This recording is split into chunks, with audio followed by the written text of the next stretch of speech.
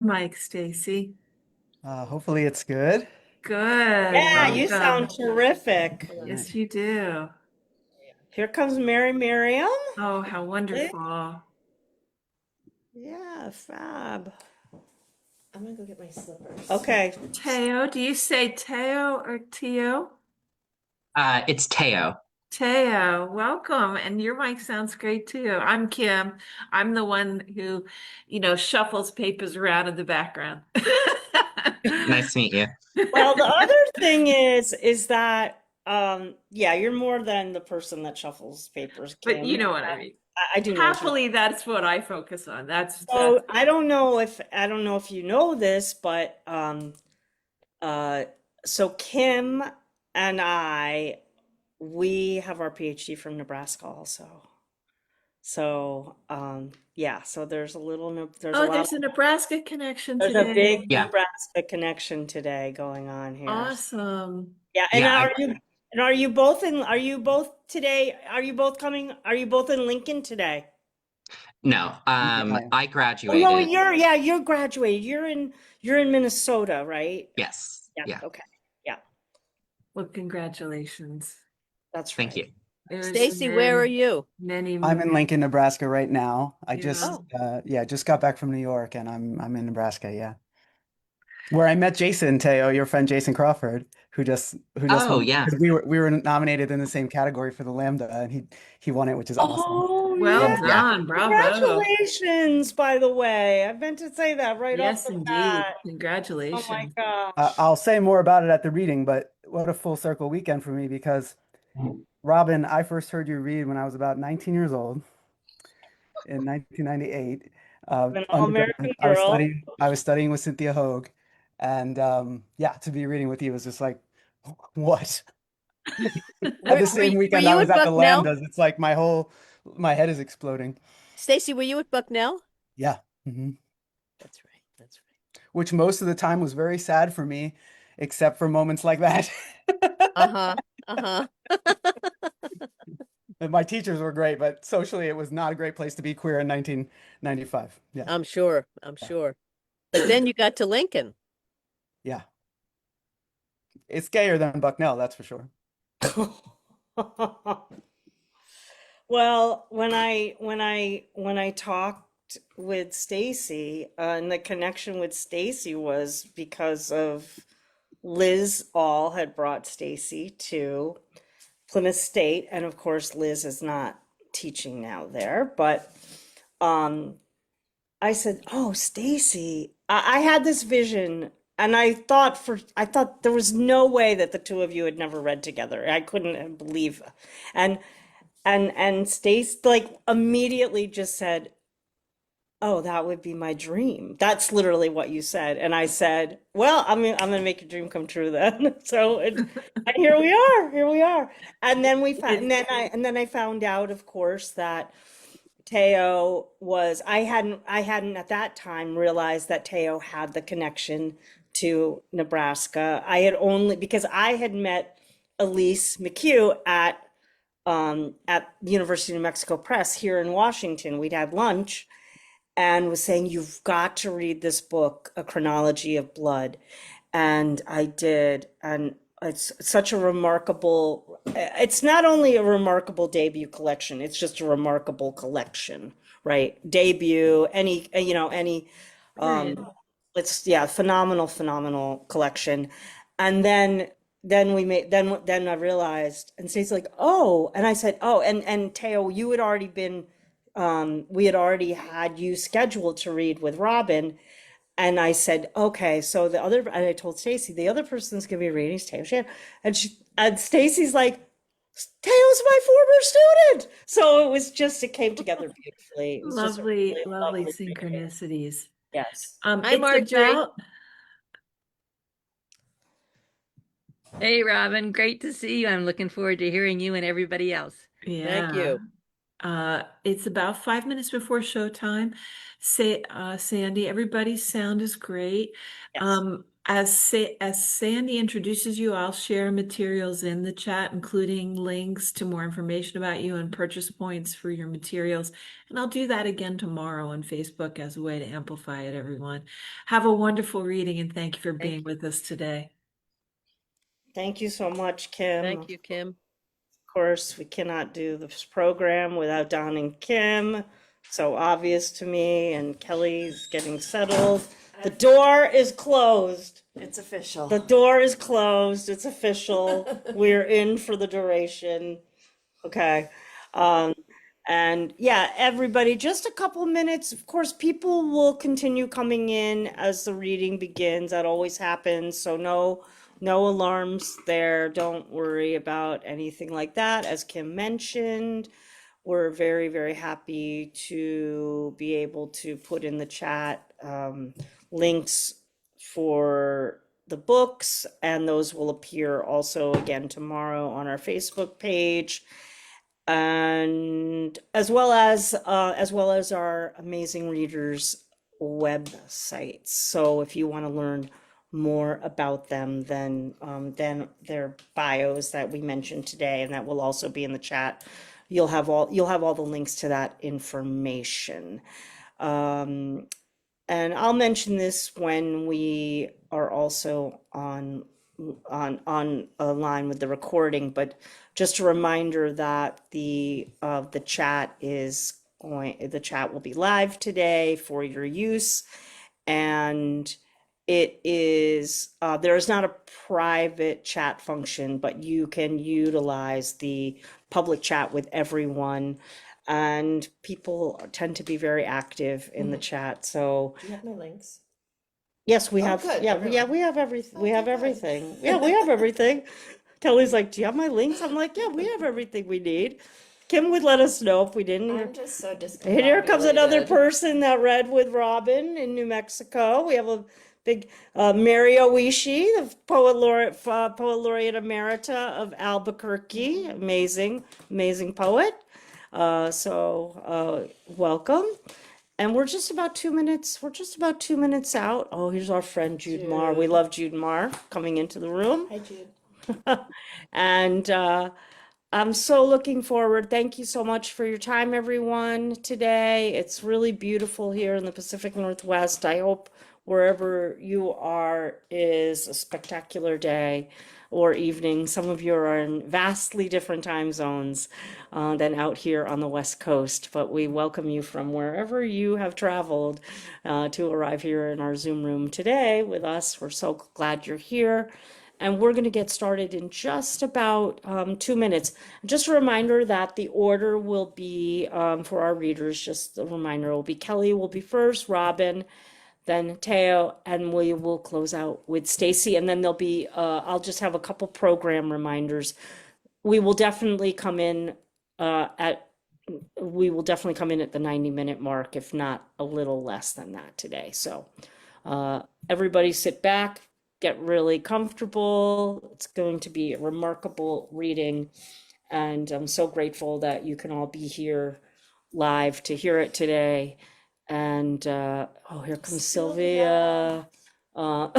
We see the names come in. Yeah, James Fetter, great. Wow, fantastic. So we're just about a minute to go, and as I mentioned, folks, people will continue to kind of come into the room.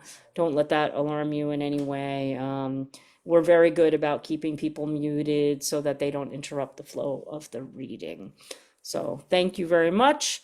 And of course, as always, thank you so much to Kim and Don for all the support for the program as we were getting ready for today. There we go. Oh, and Tweety coming from South Dakota. Very good. And yeah, we've got a nice contingent here from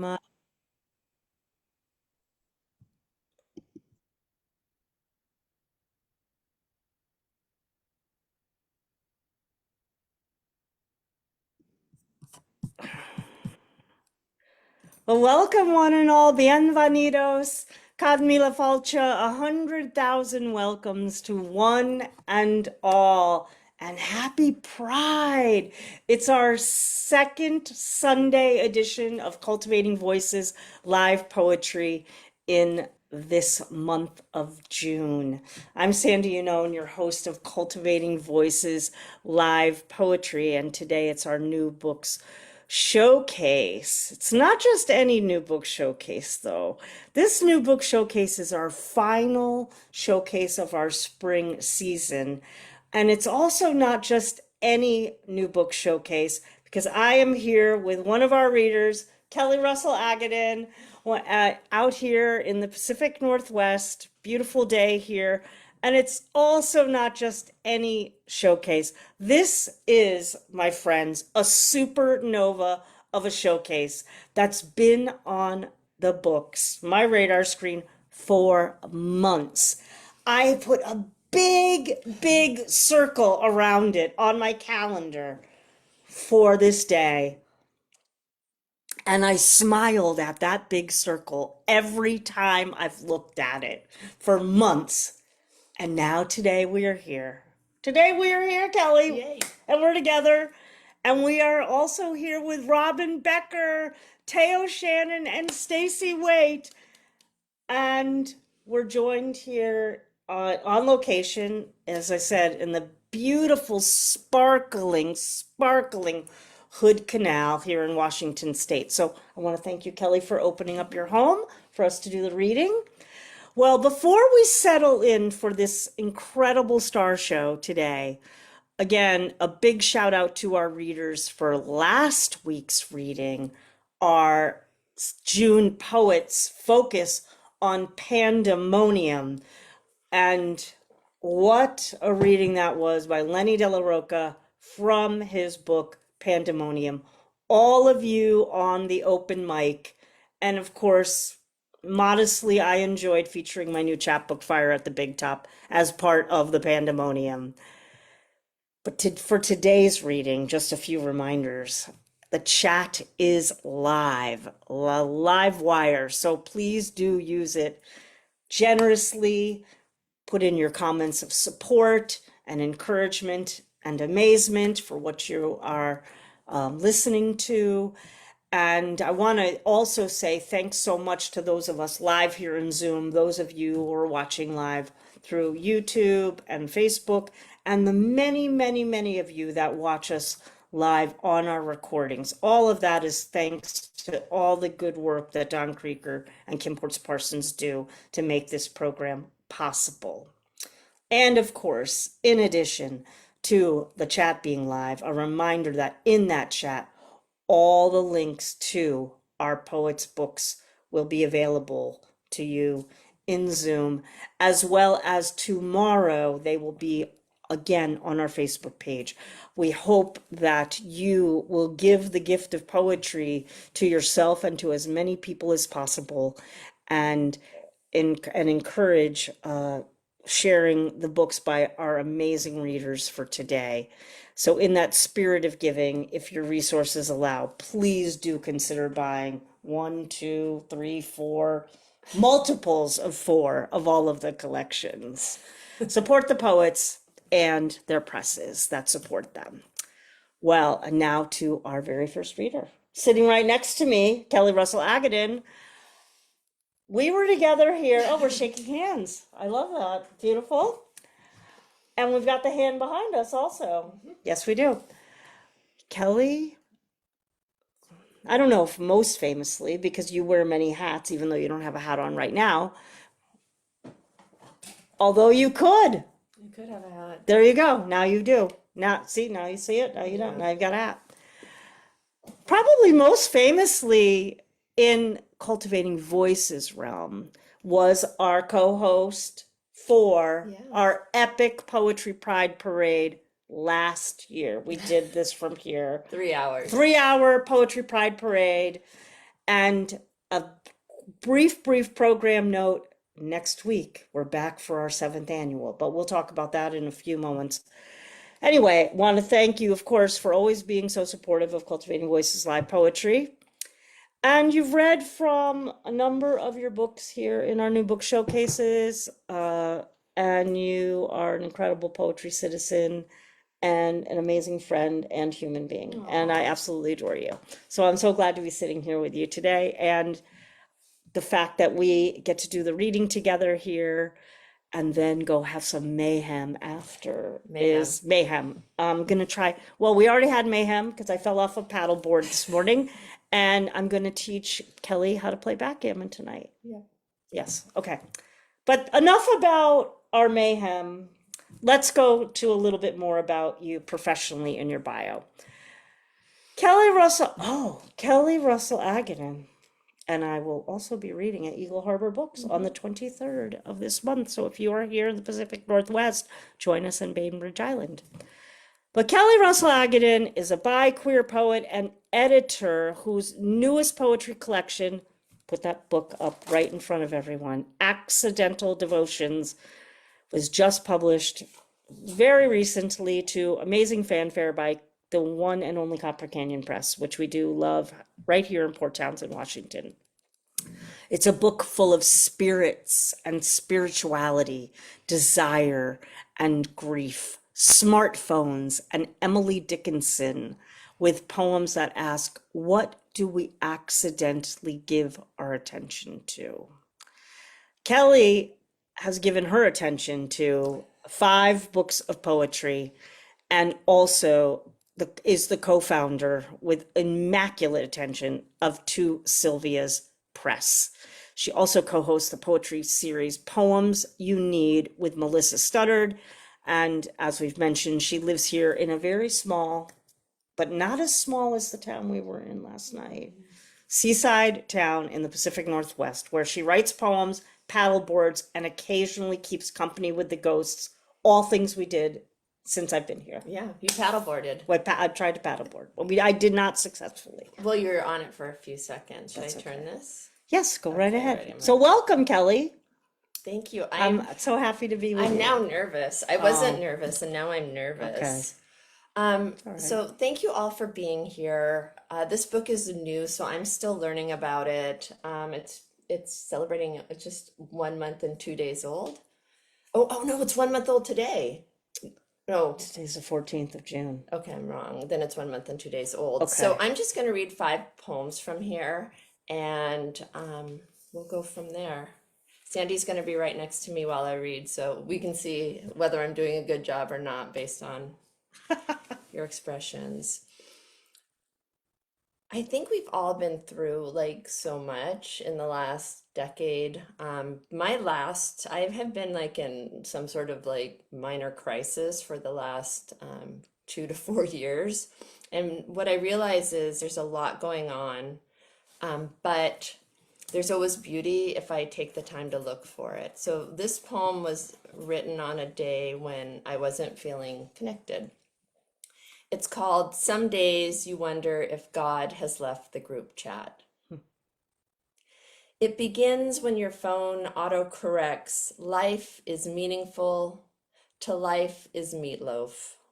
But you send the text anyway because why not? Sometimes miracles happen in the Mayo aisle. Sometimes you visit a loved one in the hospital, eat a Hot Pocket, drink a smoothie. You're trying to be present, but mostly you're frustrated in traffic. Maybe life is sacred, you think, as you buy avocados and tampons, cry in your Prius as you say a prayer for a dying friend, then laugh with a stranger at the post office as you pet a golden retriever. And maybe you go home and eat olives, have sex with your partner, then wake at 3 a.m. feeling incredibly sad and alone. So you watch The Golden Girls, wish Betty White was alive.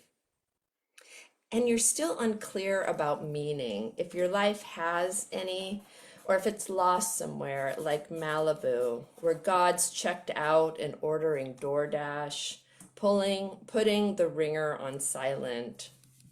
From your bedroom, you see Alexa blinking in the dark as if she's waiting for instructions from a deity that will never come. And you think, yeah, same girl. In your dreams, Netflix autoplays the next episode of your life, even though you aren't ready to watch it yet. But you let it run. You've been waiting all season for the finale. And anyway, you're just too tired to find the remote.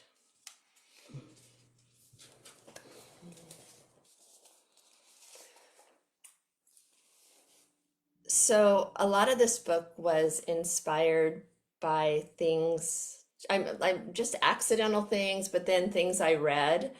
And this was back when Twitter was Twitter. And I read something on Twitter that rang true for me, and it brought back a memory. And the Twitter quote is, this was on Twitter: "If you had a mermaid phase as a kid, you're probably bisexual now." Here's the poem. It's called Young Sirens. Don't giggle. Okay. I'll giggle with you. Okay. I will giggle. Young Sirens. How did I not understand when I swam with my ankles crossed to make a fin? Or when I asked my friend to touch my arm, my skin? She wrote, "Love you, XO," on my rib cage in black pen. All summer we hid in my family's camper behind the daisy curtains, and it wasn't a sin when she put her lips on mine and said, "I'm new to this, I'm all in." All summer we kept finding more reasons to wear less. Together we walked into the salt water, hand in hand, said, "We'd be better with bins." All summer we sang to each other, our bodies a single tide. And when the boys who were cruel to starfish slipped into our waters, we hissed, said, "Only mermaids deserve this." And our parents couldn't see us because we were a friendship amid shells. How we held each other in front of everyone, and no one ever guessed. Thank Most you. beautiful poem. I love that poem. See, I'm sorry Sandy isn't sitting by any of the other readers so that she could just like offer her praise. That's what I need. I need like a little Sandy in my pocket when I'm writing. This is the first poem of the book, and it kind of incorporates all the things that happen later in the book. So it's got technology, desire, Emily Dickinson. This is a little obsessive book. Like I said, I didn't know I was writing like a love poem to poetry or to the reader, but that's ended up what happened. That's what ended up happening, I guess, is a better Don't way you to say it. feel like, I just feel like this is the time, if we're ever going to write love poems to poetry, this is the time to do it. This is the time. This is the time. Okay, everyone write a love poem to poetry. This poem's called Advice. If Emily Dickinson doesn't appear in your dreams, you're not really a poet, is what a friend told me. Every poet is a poet, the Jasmine pressed. We were waiting for the bus because we love to be driven like royalty. We were driven to be surrealist angels, to float like ink-stained birds through the pages of our days. Most days I long to live in Paris, 1920s. Tuberculosis, she said. Don't leave your life for your imagination. There's a mourning dove circling back to us like a poem. This morning, someone sent me an email that read, "Advice for new poets." It was a sad to-do list. When in doubt, add plums to your poem. Never break a line on a bird's name. In the city, there's a gentleness in how the exhaust tries to poison you. Do you believe every person holds a sonnet inside them? The dove circled back. Emily pressed jasmine from her garden, sent it to darling Sue. Instead of death, you should write about desire, fall in love with a friend. My stanzas shadowbox the advice of plums. The bus arrived late. She placed her hand in mine. All around us, feathers. fluttering like unwritten lines. And I did the rules in this book. I added plums to poems, so when you read the book, you can look for plums. And I broke a line on a bird's name, the mourning dove. Okay, so that's a 2-poem morning. So I had a really brilliant editor named Ash Winter, and one of these poems was kind of my gift to the reader, and it was the last poem. And I didn't know how to get that across. And she said, well, what if we perforated the page? And I said, well, you can't do that. And she goes, yeah, you can actually do that in a book. So the last poem actually pulls out, and it doesn't have my name or anything on it because it's just like a gift to the reader. And I thought it would be fun if people like left it in library books or sent it out into the world. But at the bottom it says, every poem is a devotion. Take this one with you or pass it on to someone else who needs it. Fill the space left behind with another offering, a note, a feather, a poem of your own. So then you can put something in place of the poem you took out. And Genius. this is why you have to work with genius editors Genius. and people like you. I mean, I'm an editor myself, and it never occurred to me you could perforate a page, which is silly. I love the interactiveness of that. Well, it is. It's like very much like a Yoko Ono art installation where you can like hammer and, nails in the wall. So I love that. So it is a sonnet, and a sonnet ends the book. And then I'll read one more after this. It's called Necessary Prayer. Language lingers in the grammar of treetops, while this poem is an inferno waiting to be held. The last wildfire was sparked by a discarded sonnet, unrhymed and reckless. We glow even as we keep devotions found by accidents. In haloed light, I rewrite the same poem to you. Lifetimes of letters sent to your mailbox as if each line could bring us closer. Is this how we go on? Not healed, but hopeful? Even commas burn like small moons in the afterglow. Do you feel it? The warmth of me trying to reach you, even as these last words smolder away. I need some water. Any poem that almost ends on smolder, I'm all for that poem. Almost ends on smolder. Well, the last word was not smolder. Smolder. No, Almost it ends was on away. smolder. Almost lands on smolder. And then this poem was actually commissioned for a symphony, and it was inspired by 3 concertos. But when I was writing it, I was writing this accidental devotions. And so I think if you get commissioned for something, you can try to make that poem. Linda Beard's taught me that, like make that poem try to work for your book. And this one actually did. So I was really excited it did. And then I reworked it to put it in here. This will be my last poem. Thank you all. I can't wait to hear everyone read. Can't wait either. But I'm loving your reading. Well, I'm happy to be done so I can listen. I'm just the warm-up act. No, De- that's not true. Devotion to lovers in minor notes. Bodies become symphonies to people in love.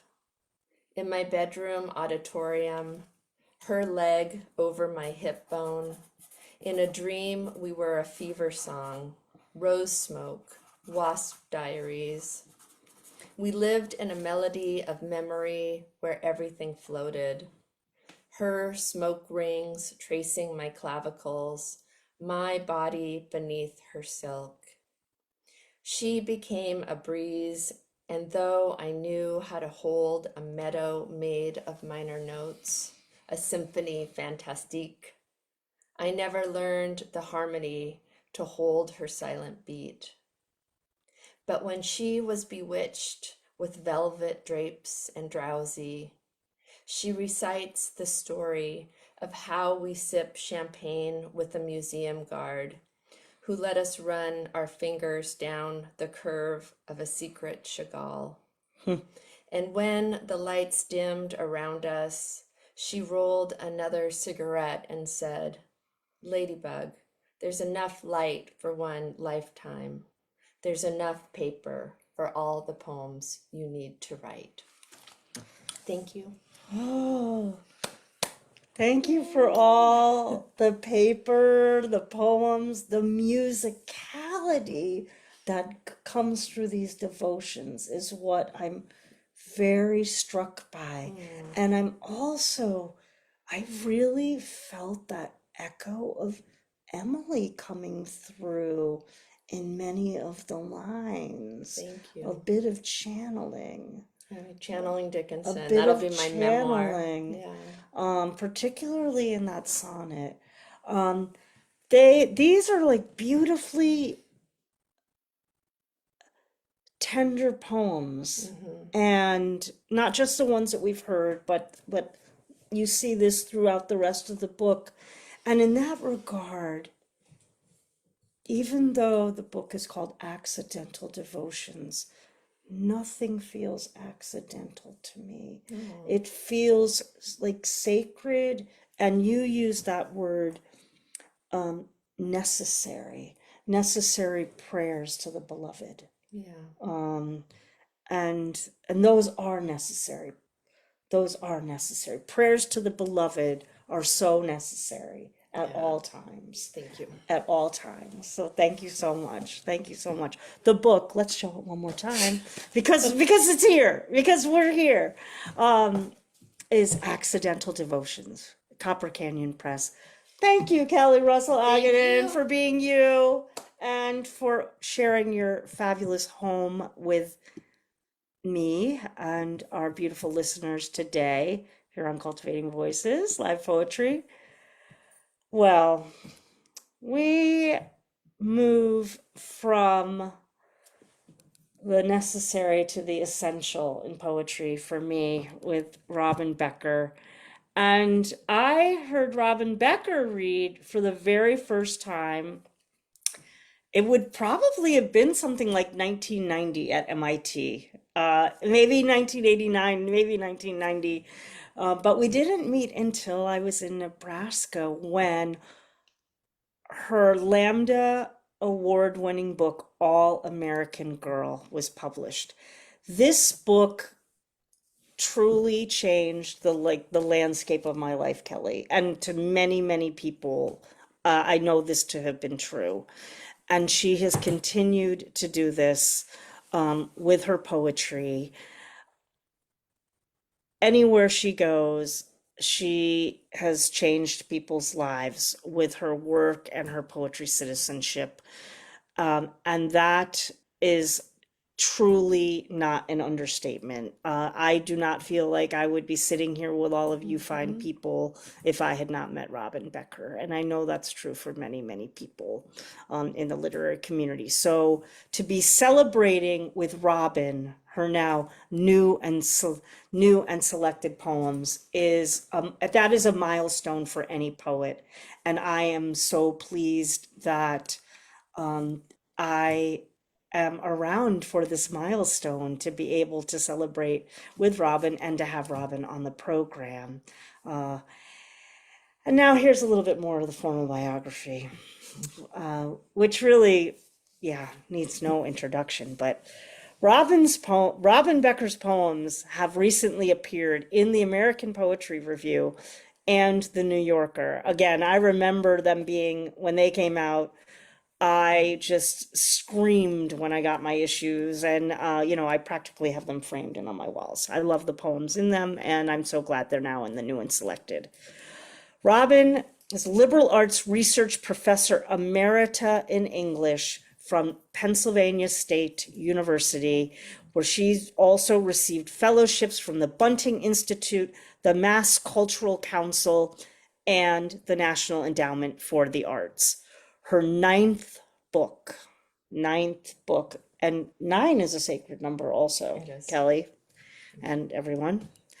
Her ninth book, Midsummer Count, New and Selected Poems, includes, in fact, that work from all of her previous books, including the one that I just referenced, All American Girl, which was a Lambda Award winner, as well as The Black Bear Inside Me. Robin, thank you for being with us. And I want to just say thank you for being with us and thank you for being you and being the person that you've been to all of us. And congratulations on your new and selected poems. It is, as I say, always a milestone and always something to celebrate with a poet. Thank you so much, Sandy. And thank you for giving me the opportunity to showcase this new book out from the University of Nebraska Press in February. I'll start with a poem called Woman in a Landscape. I didn't need the painting to remember the Westfield River coiling below steep walls, the sun burning my upturned face, clear of features, my awkward arm and bent leg, trying to appear relaxed on the rock for Deborah, practicing her figure painting.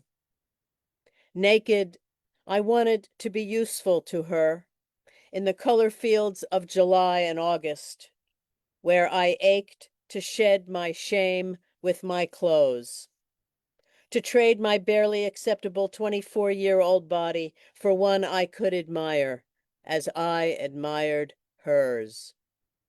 Still, when she sent me a PDF of the 50-year-old painting, dark hemlocks and pines hemming the water, I remembered walking downhill with my flashlight, a dumb city girl, spooked on dirt roads by weird sounds. I tried to be brave each day at my desk, tried to find language for my lesbian desire on drives up light-drenched Route 9 with Deb through Hadley and Williamsburg. When I look at the painting now, I wish I had found some tenderness then for the person lying on the rock, ardent, earnest, with her imperfect young breasts and belly. I wish I'd found her comely against the silver blue river, rising with her doubts and fears on reliable legs all summer to leap from rock to shore.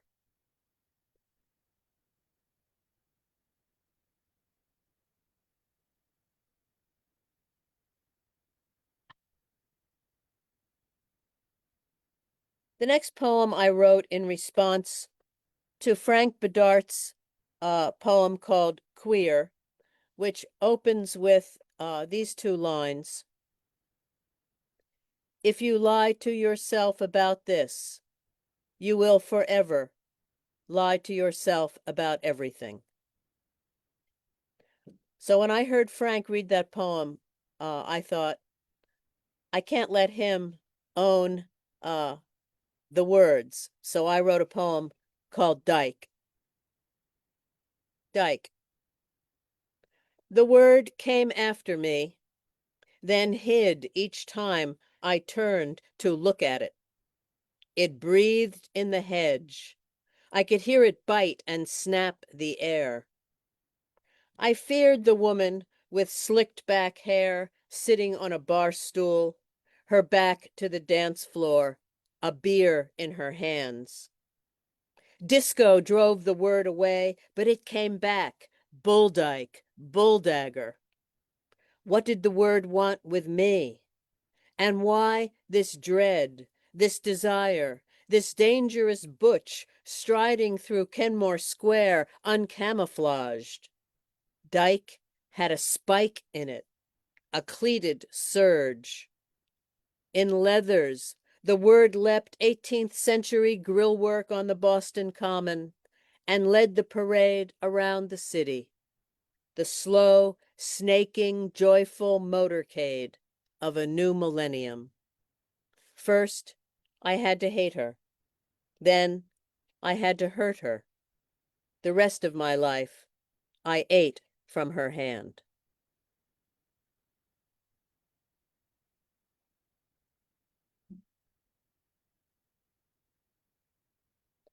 Like many young people, I I sought refuge in a place that I knew had people like me. This poem is called Bluefish, 1970, and it's set in Provincetown, Massachusetts. My first summer in P-Town, neighbors taught me puttanesca.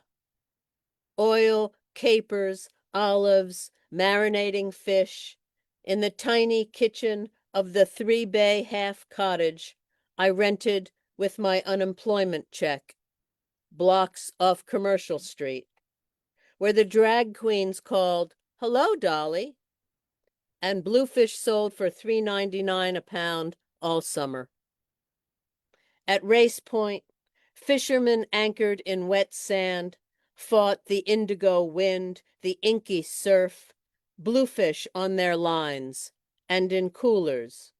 And in the A&P, where I stared at the handsome butch women with their girlfriends in town for a week from Kansas and Ohio. Desire thrumming the narrow streets and the clamorous angles of Provincetown's rooftops. Desire incoming as the tide. I read and wrote by day, and thereby earned my nightly trip to the women's bar, to disco, to cigarettes, and the compulsive disappointment of leaving alone at 2 a.m. for home, past revelers sharing pizza at Spiritus.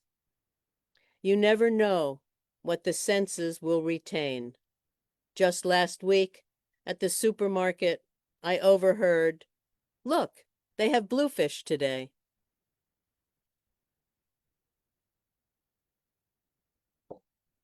I'll read one more poem.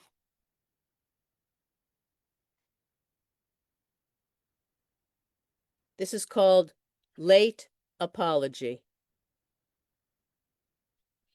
For the potential depth of character you saw in me, I apologize. I apologize for skimming the surface, for failing my pain, for having another woman in the wings, for hurting you. For my febrile apologies, I apologize. For the dinner parties I ruined with my obsequious charm. For currying favor. For years of flattery. I am sorry I became someone whose story you couldn't trust. My fabulous renditions, more fiction than fact. I apologize for making a scene 30 years ago at the outdoor store, for not getting a grip, for my unexamined angers.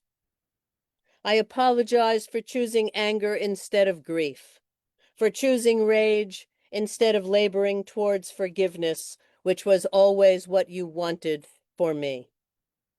I apologize for not pushing myself harder, for not getting winded, not sticking to the diet.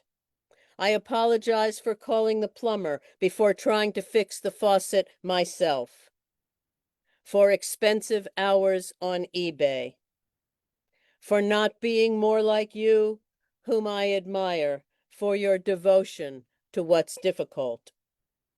I apologize for not giving you your due when you tried to see the other point of view. I apologize for my mean-spirited imitations of my former colleagues, for my gift for seeing the worst in people. I'm sorry I didn't thank you for asking more of me. Thank you for staying up late for our famous arguments, after which each of us carried our burden of sadness, you going up the meadow, me going down. Thank you, everyone.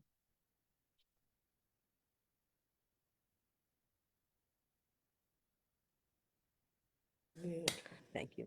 Kelly Wow. just said, wow, you just heard that. But before she said wow, she said, wow, when we were muted. When we were muted. That's why we're muted. That's why we're Because we muted. would ruin the readings. Correct, we would. You know, thank you so much, Robin. You know, really another series of poems about devotion, a kind of commitment to time and the self over time, and how we perceive, we change without being able to know that we have, like without knowing that we've been able to do it as maybe as well as we would have liked. But the poems reveal all their truths about that journey. That's what I love about Robin's poems unabashedly, like announce themselves Thank you, for Sandy. unabashedly announce themselves for their difficult truths. And that for everyone to see, which gives me more of an opportunity to try to name my own and look at myself more closely and hopefully have more grace also within that. Thank you so much. And of course, I have the good fortune, we'll be reading together next month, and I'm looking forward to being with you in person as always. And thank you. I wish you were in the room with Yeah. us Well, here now, don't you you? know what I love too? What? That your poems are both poignant and funny. Like that's like my favorite. Yeah. When you're like it's serious, it's tough, and then there's like a little like I was a telling little I treat. was telling folks, if you when you get the collection Midsummer Count, a poem that you want to read that does exactly what you've just said, and I know it's a poem that I've heard you read also online, is UPS. You want to read that poem. We'll get Okay. that book, read that poem, Got and it. then we'll talk, and then you can talk to Robin about All right. it. Okay, very good. All right. Thank you so much again, Robin. Amazing. And Welcome. I also wanted to just say one last thing is that the precision with which you write, I've always connected you in that lineage with Elizabeth Bishop. So I was so very glad to have a fish in the poems today. Yeah. And the A and P as well. Can't have a poem without the A and P. All right. Thank you. Well, friends, I've told you, I've been trying to prepare everybody. I've been trying to prepare myself for how special this reading is today. We get to move from a poet who is touring like ravenously with a new and selected poems to a poet with a debut collection that I get to read debut collections with frequency. We all do. But it is a remarkable debut collection that does not announce itself as a debut collection. Like I can look at so many first books and know they're the first book. And when I read Tao Shannon's book, A Chronology of Blood, first of all, it was recommended so intensely highly to me. And then I received it and I read it and I marvel at the maturity of the daunting places the poems go. The daunting places the poems go. Without any apology, they travel to certain haunted places and they make me want to go there, which I don't always want to. No, you don't. So for that to happen in a collection, particularly of a poet that I do not know of their body of work prior, is quite a remarkable feat. So I also didn't know that we had a connection. I sometimes like to reveal the personal stuff between readers that it turned out we have a connection in that we went to the same graduate program together. So it's just been a thrill a thrill to connect with Tao Shannon and Tao Shannon's work.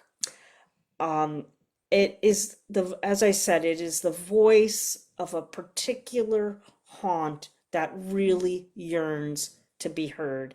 And I heard it, Kelly. I heard it loud and clear. And now you and all of you out there are going to get to hear the poems as well from this gripping. It is a debut collection, so I do wanna, remind you of that, but it is remarkable. Here is Tao Shannon with A Chronology of Blood, and here is the more formal biography. Tao Shannon is a queer, chronically ill Latino poet. His debut poetry collection, A Chronology of Blood from the University of New Mexico Press 2025, was longlisted for the 2026 Penn Volker Award. Tao holds an MFA from Pacific University of Oregon and a PhD from the University of Nebraska, Lincoln. And he is the co-founder and co-editor-in-chief of Cotton Xenomorph, and he currently lives in Minnesota. Welcome and thank you for being in this world. Thank you. That's what I have to say to this amazing human. Thank you. Thank you. Thank you, Sandy. That was really nice to hear about this book. This is the book, so you can tell, it's not a light read just by the cover. But because it's Pride and the focus is a little bit more on the queer aspects of my poetry, I thought I would read from the middle section of the book, which I don't normally read from, mostly because the book is very narrative. It's broken into 3 sections, and the first and the third sort of bookend the book, and speak to each other a lot. So I thought I'd read from the middle section, which is where a lot of the queer, honestly, sex poems are. And yeah, so I'm going to read a few of those. Sex after conversion therapy. When it was over, I could feel everything inside me rise up, burn, acidic bile from an empty stomach flooding a dry throat. I was sweaty, shaking, the orgasm barely over, clawing at the toilet. Please, let this be the last time. It's hard to breathe with puke filling your mouth. I choked a lot trying to find the bathroom in time. I learned to start looking for it when I walked in. There were men who thought I was disgusting, who scowled at me from their doorways. Others were concerned. One beautiful man whose tattoos told me he loved trees and birds and silly quotes held my waist. He wet a washcloth and put it around my neck and sat with me while I cried. How much must come out of me tonight? Even years later, as a lover kneels before me in a fluorescent lit stall of an anonymous bathroom, the fishhook of shame pulls my stomach into my mouth. How long? How many years has it been? Beneath me, my man mistakes these racking tremors for pleasure.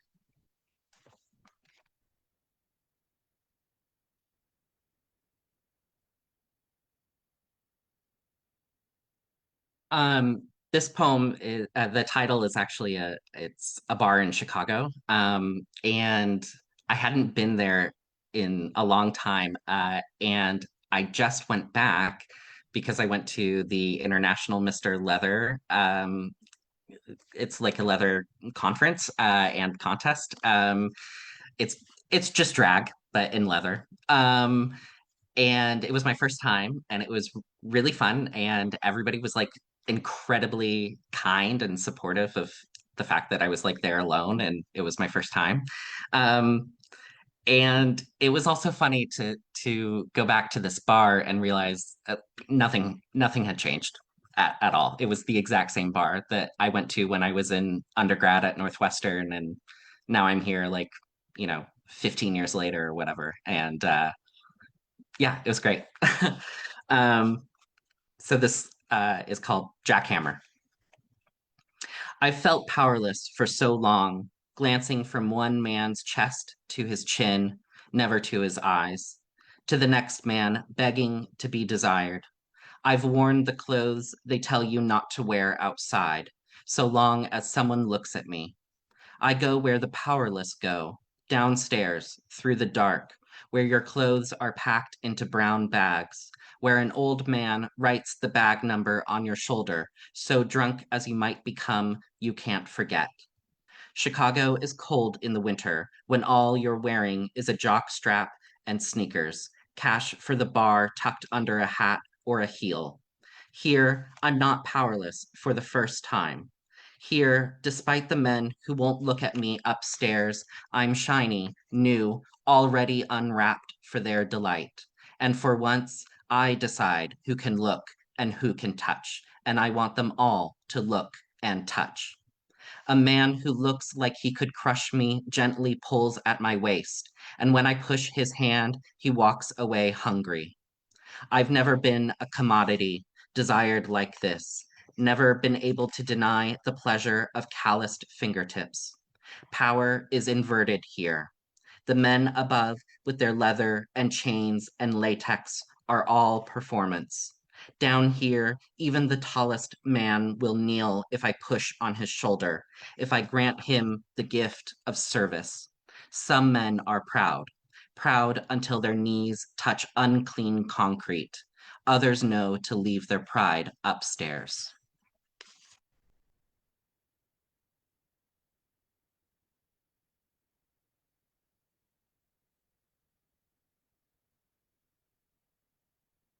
On my birthday, I witness a car accident. I'm on the corner of the sidewalk and it's raining because, of course, it must be. For the car to run the red light, for the darkness of 7 p.m., for the crunch, splash, shatter of the impact, for the metaphor, it must be. I am on the corner of the sidewalk waiting to cross so I can drink beer and read a book alone, surrounded by strangers with no interests or stakes in me. I do this often, reading by myself among the drinking. Is it gauche to compare the beer taps to rain, the trajectory of my life to that SUV, the relatively good outcome, no injuries, no one going too fast, just smashed front ends, to how I survive despite my best attempts at self-destruction?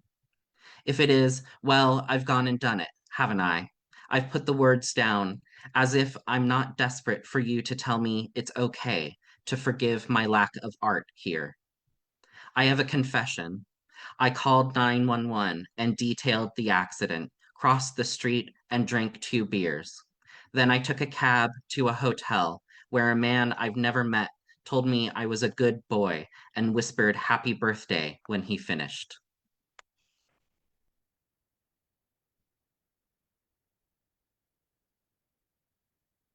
Touch-starved.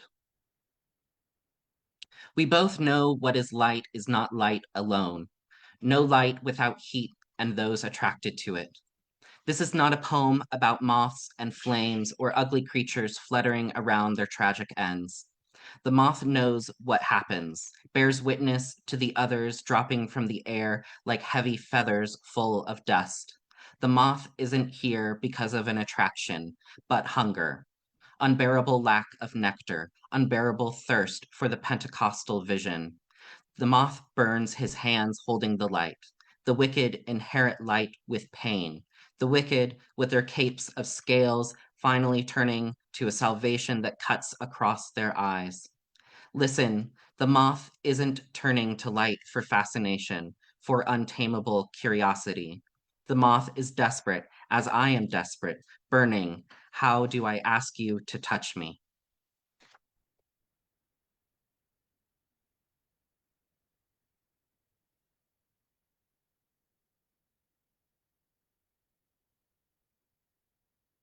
I accidentally tell a man I've just met, I love you, while he is inside me.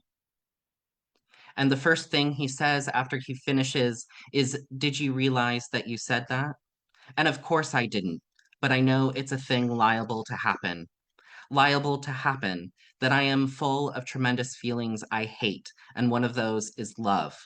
If I've had any amount of wine, you can tell because I love you. Even in distress, I do so love. I've done this before. I told Jeff the same thing the day he broke up with me. Isn't it lovely having all of this to contain, all of my feelings? Last night, the man whose name I can't remember did what must be done to the kind of body I have, the kind of body that begs to be so sweetly punished. In every case, I am lying belly up and vulnerable, heart closest to heart, which beats in his chest, down to himself, into me, so that I must acknowledge it. It's an exchange, like anything else. I can make vows against the hammer, but love the tempering. The strength of the hammer, though, is in the flattening, the dulling, the beating. The hammer makes anything its own drum, the first of which was skin impossibly stretched across clay. I am skin wrapped around bones, perhaps why, when the hammer strikes, even if accidentally, I beat, I love you, I love you.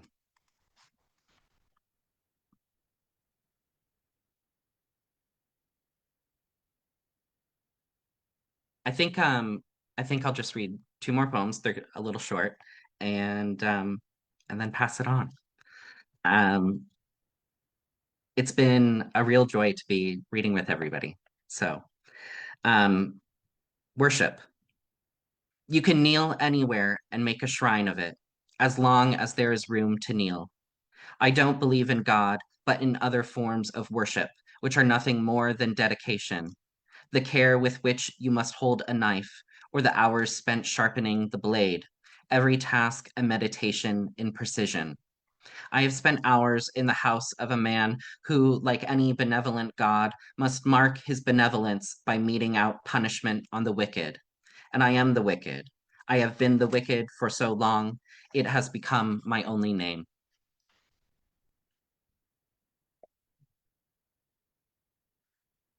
And this last poem is called Years Later, Someone Tells Me the Truth About Moths. That they aren't attracted to light. They have no desire to self-immolate, to die by flame or light bulb or electric zapper. It's a reflex. They can't help themselves, reorienting to the artificial sun at their back. But in doing so, they enter a cruel spiral around the light to keep themselves on the right path. You see, gravity means little to a moth so small, so light. So the sun, moon, stars, and now your porch light guide them upright. I was wrong when I told you the moth was desperate for touch. I was wrong about its fascination. I was right about the pain. I was right about the tragedy. I didn't know then that every love, like a lamp, traps someone.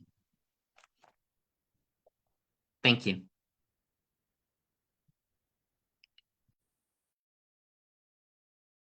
Okay. I'm breathing a little bit. I'm trying to breathe. You're trying to breathe. Yeah, We've been trying to fantastic, breathe Yannone. together. And first of all, bravo for this collection, Tao. Like, it is so gripping and it just absolutely grabbed and enraptured me. It like took me in its teeth and would not let go when I read it, and that's what I really want. One of the things that I seek in poetry, what I truly marvel at about your book, and I said it before, but now people have heard it, so I want to just kind of name a few things. Is the very, very sharp edges where your language and images meet. They are just, oh my gosh. They are just so the edges, the edges, the edges, the edges. And we get to experience that edge. And where we talked, Kelly, your book's called Accidental Devotions. What I feel like here, these are poems of devotion also, but I wrote down unapologetic devotions. Unapologetic devotions. Incredible work. Um, I look, I'm so, and I said to Kelly too that I felt the echoes of Carl Phillips, me hearing Carl Phillips for the first time. and remembering. I was with someone who in this room when I saw Carl Phillips for the first time. We sat there and we wept through that reading. It was so powerful, and I really am feeling the echo chamber of Carl Phillips' work here. Remarkable. Please come back, please, with more work, and thanks for contributing to, really, it's kind of our precursor to our Poetry Pride Parade next week. So wonderful work, everyone. Well, Teo, shall we go to Stacey now? Shall we do it? Yeah, we're all Yes, thank excited you. to be with Thank you. Stacey, right? Yeah, thank you. Well, as I said earlier, I had this circled on my calendar all year long, just waiting for the day. The day is here, and now it's almost it's coming to it's in fruition, happening. it's happening, and it is living up to its billing in my vastly ridiculous mind. She has talked about this since she came over last night. I just and I love dream readings. This is a dream reading, and all the more so because Stacey Waite is with us today.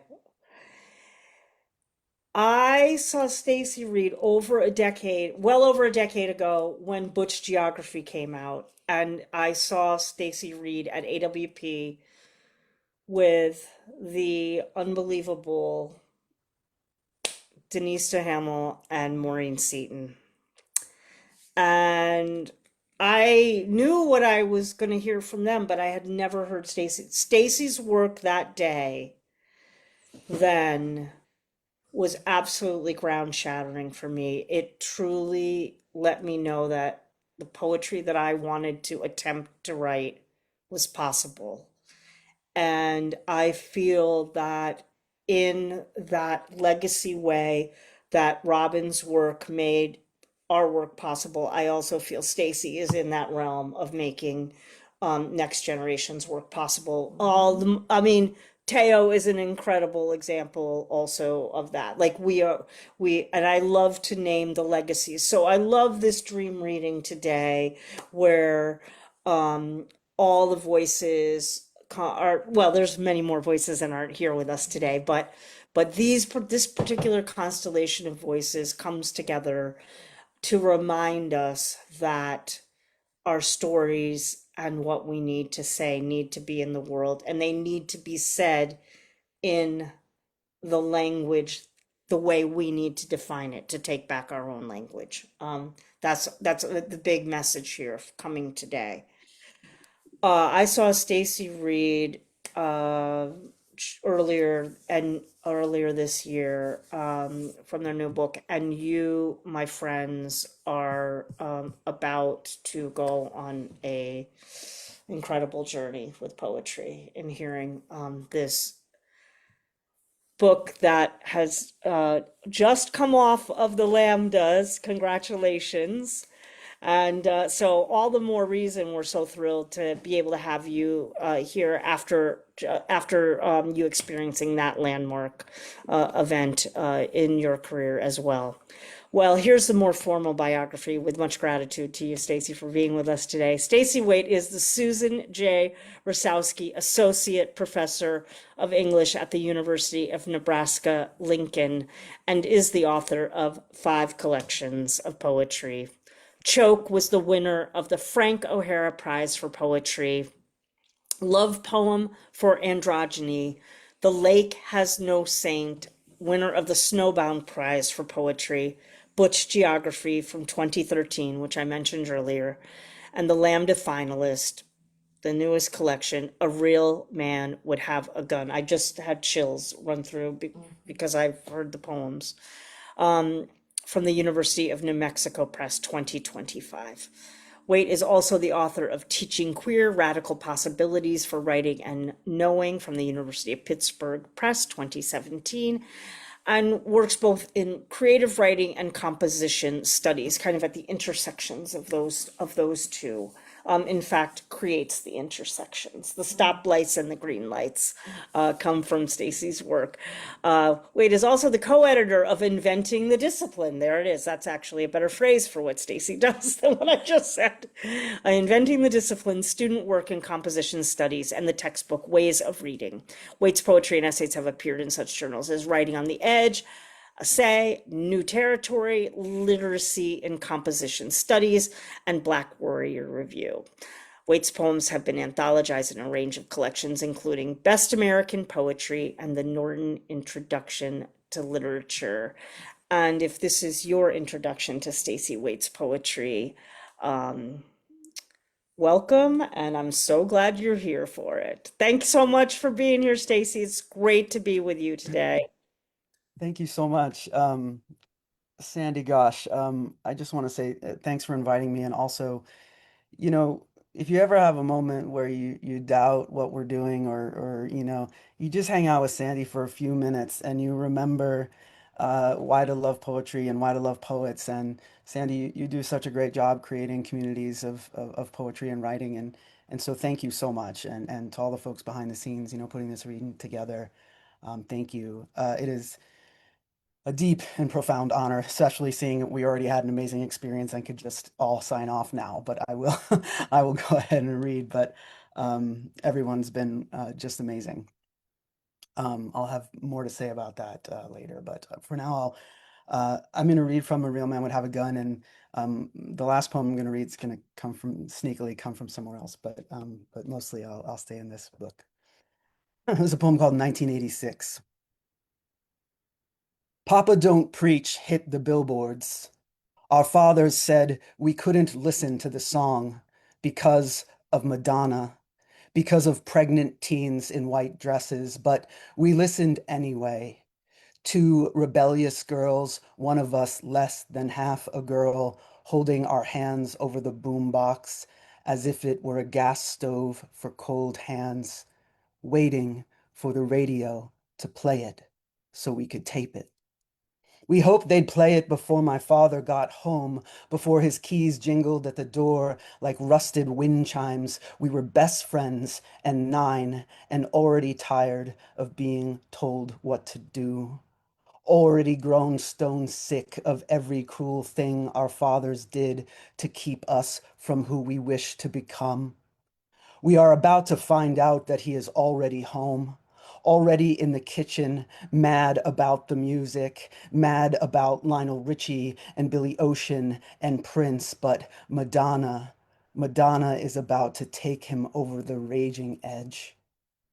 When I think of the two girls, one of us less than half a girl, I want to tell them to plug the headphones in, to tape the song another day, to slip out the sliding glass doors and stay out long enough he'd forget what he heard.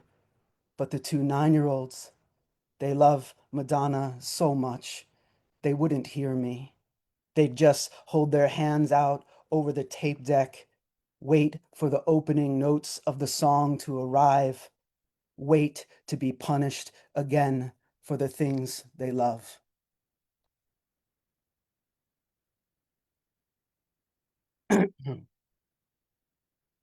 There's a lot of, excuse me, and also I forgot water and my daughter got it for me, so it's in this pumpkin run cup. I was like, well, she got it. I sent her a message. Can you bring me water? It's in the pumpkin run cup. This is a poem called Everything is Everything. This was 1993, and because we were the cool kids, we were hanging out in the mall parking lot, smoking Newports and listening to Earth, Wind, and Fire. Everything is Everything, turned up full volume in my first girlfriend's bright blue Chevy Cavalier. We didn't yet know what was coming. When you're 16 and queer in the suburbs, your world is a deadly and magical secret. Your every move, a beautiful subversion. So we listened to old music, closed our eyes, and imagined some covert queer kid in 1971 turning up the volume, hearing the song for the first time, the long groove of the intro, the repetition. Everything is everything. Listen to me. We knew we had always been here. We knew we weren't the first queer kids to park in the way back of the mall to kiss. We knew we weren't the first to sign our love notes with boys' names in case they were read aloud in class or found by our parents. Everything is everything. Listen to me. Earth, wind, fire, Long Island, New York. The mall was 6 miles from the northern shoreline, though we never much thought about the fact that we lived on an island. We only thought about the life no one knew we had, about empty parking lots, saving our money for the motels we could rent by the hour. We only thought about our music and moving the car from one parking lot to another at 30-minute intervals so the mall cop wouldn't pull up to the window, shine his light into the car, try to uncover us from the smoke, try to steal our secret earth. So I'm going to read a few very short poems. There's a series in A Real Man Would Have a Gun called Men Who Think I Am One of Them Speak. And it's about things that men say to me either because they think I am a man or because they include me in their little weird club. They're really short poems. I'm going to read sort of three of them as but I think they're in the section alone, and I think they work as a kind of pile up.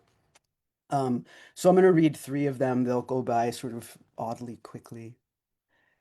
And so the titles, you'll see the title, and then under the title in the italics is the thing that the man said. So they're all called Men Who Think I Am One of Them Speak, but then they all have subtitles.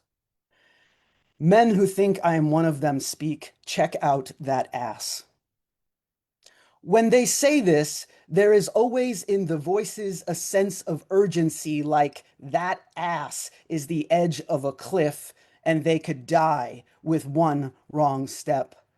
My father checked out asses, thighs, any part of any woman, never any whole of any one. You are just like your father is something distant relatives would say to explain why he and I couldn't get along. Both such charmers, both so stubborn. Check out that ass. Check out the way she. Check out her. Check out that man who thinks I am one of him. My father, my rootstock, what parts of me, rhizome underground, spreading the way this man who thinks I might be one of him tells me to check out that ass, and I am checked out. Men who think I am one of them speak, yeah, but you know, why is she bringing this up now?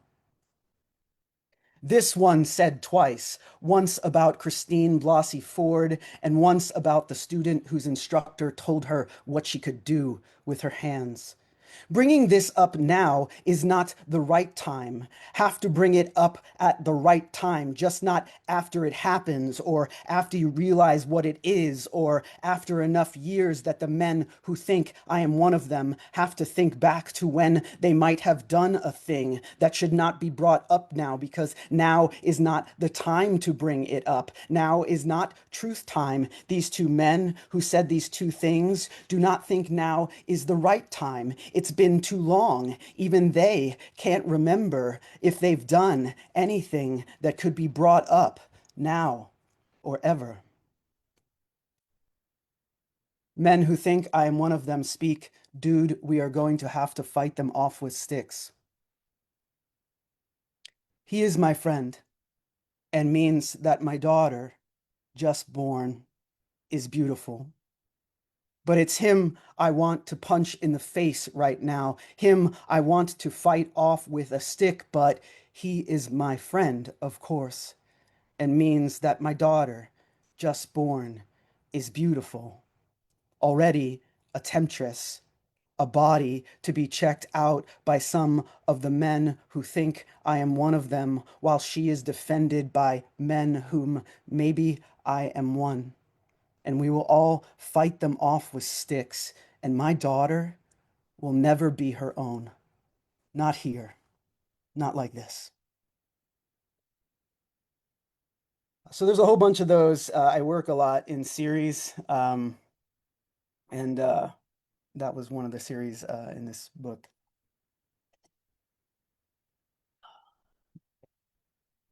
I'm going to read this 3 more poems here. This one is called Notes on Matt Damon.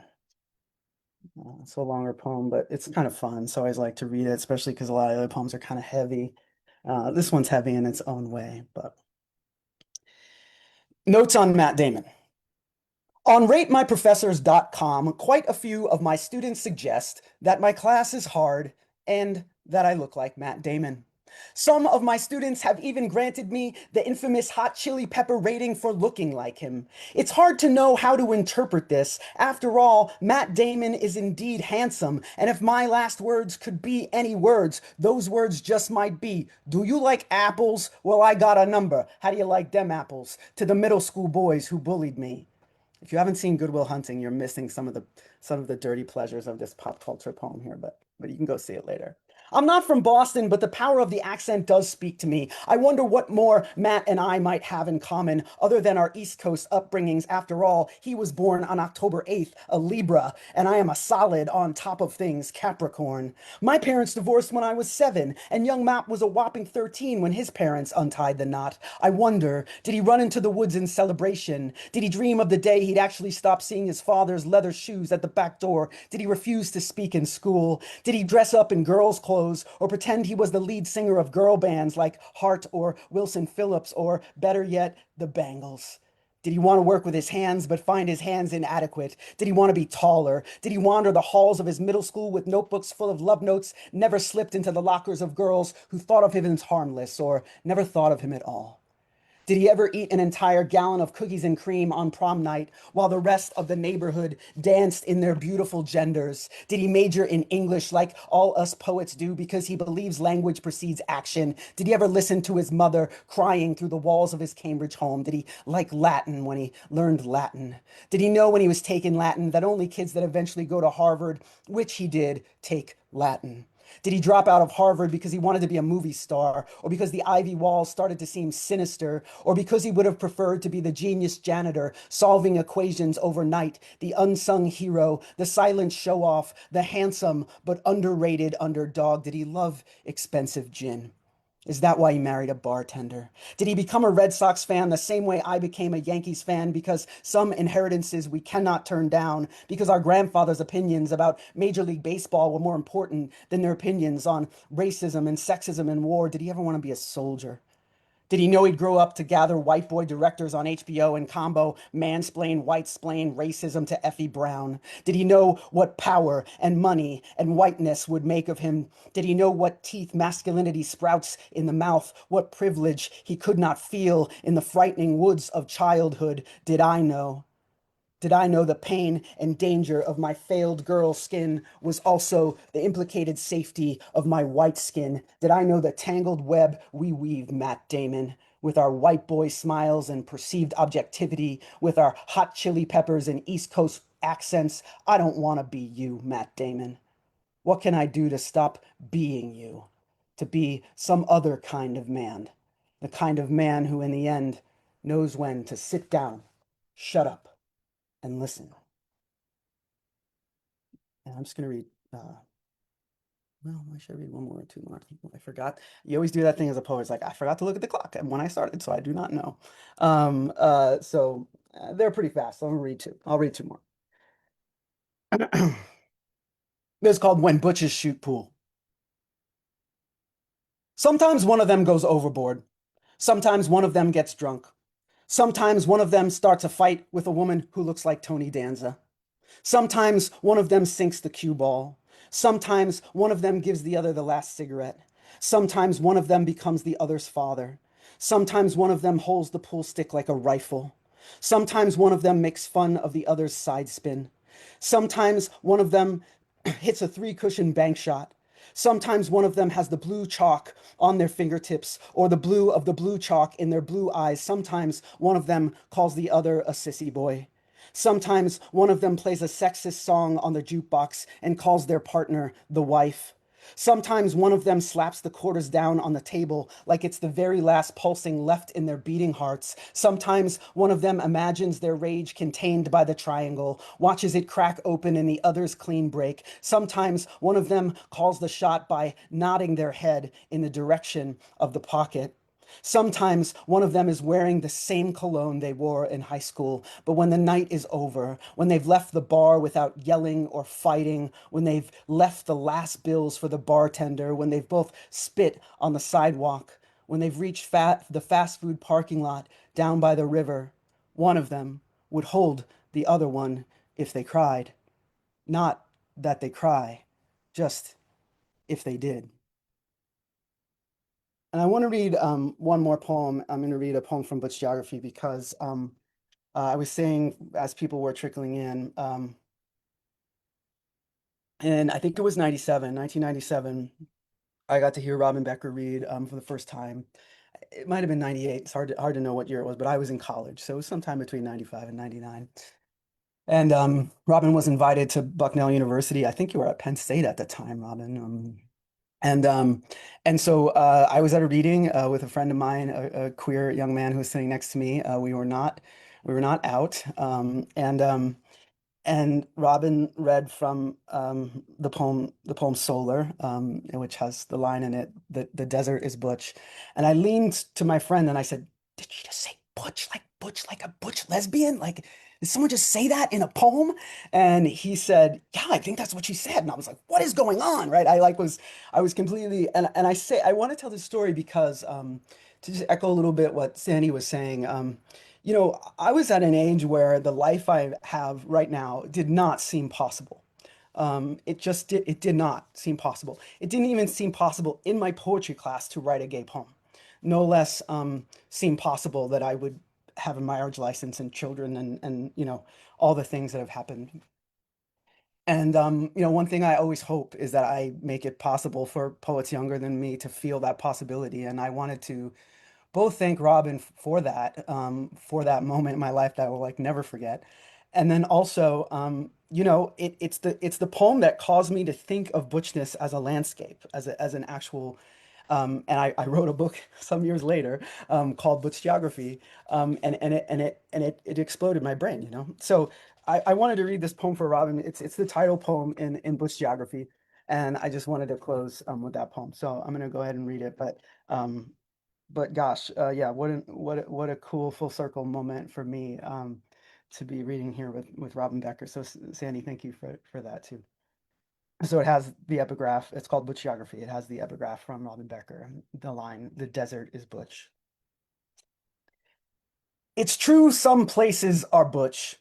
Some locations, no matter how solid, a quicksand of subversion.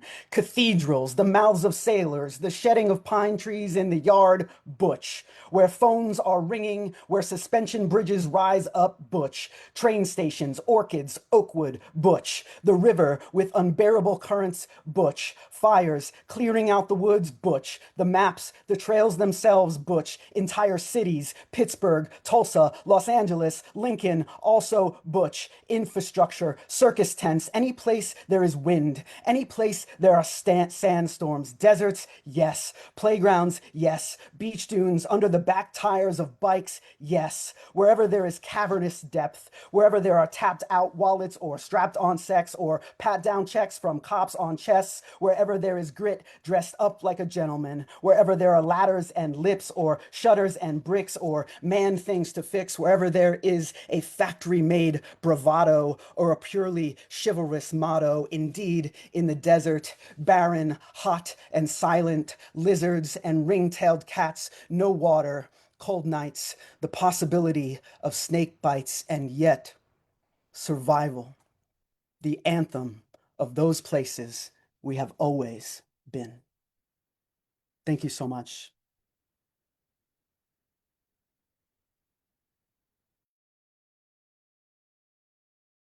what a perfect ending to Yeah. the reading.